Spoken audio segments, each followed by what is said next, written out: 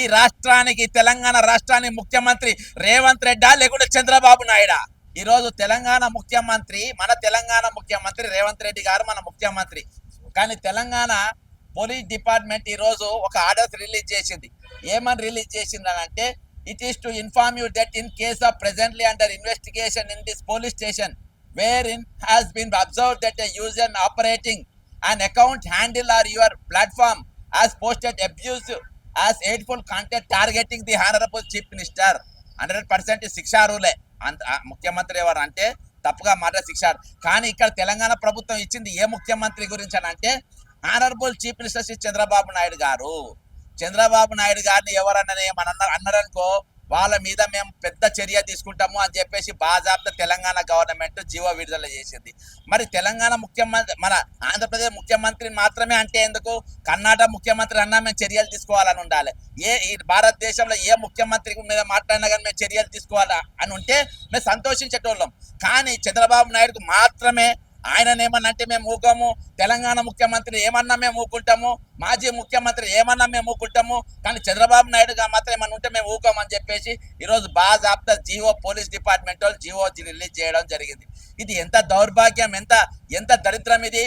ఎక్కడో పక్కనున్న రాష్ట్ర ముఖ్యమంత్రి, ఏకైక ముఖ్యమంత్రి, తెలంగాణ ముఖ్యమంత్రి పేరు లేకుండా పక్క రాష్ట్ర ముఖ్యమంత్రి ఒకటే పేరు పెట్టి ఈరోజు ఆయననేమనంటే మాత్రమే చర్యలు తీసుకుంటామని పోలీస్ డిపార్ట్మెంట్ ఇటువంటి ప్రకటనలు ఎంతవరకు కరెక్ట్? ఈ రాష్ట్రానికి, తెలంగాణ రాష్ట్రానికి ముఖ్యమంత్రి రేవంత్ రెడ్డా లేకుంటే చంద్రబాబు నాయుడా? ఎవరు ముఖ్యమంత్రి ఉన్నారు ఇక్కడ ఈ రాష్ట్రంలో?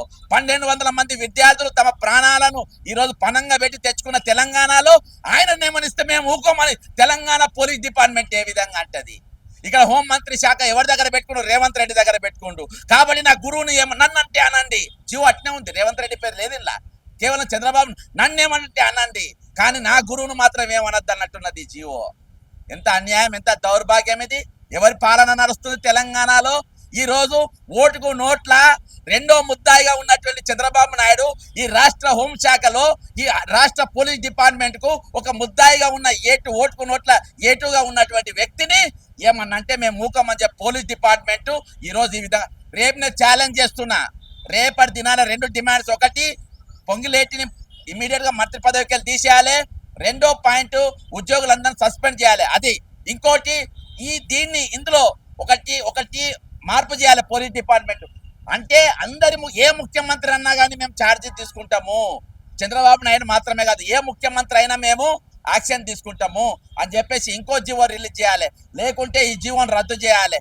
దీనిపైన రేపు A2గా ఉన్నటువంటి చంద్రబాబు నాయుడు గారి గురించి ఆయన మొత్తం ఆడియోలు పెట్టుకొని రేపు DGP ఆఫీస్ ముందు నేను భేటీ చేస్తా, ఈ జీవో రద్దు చేయకుండా పోలీస్ డిపార్ట్మెంట్ ఛాలెంజ్ చేస్తూ సెలవు తీసుకుంటారు. జై తెలంగాణ, అమరవీరులకు జోహార్.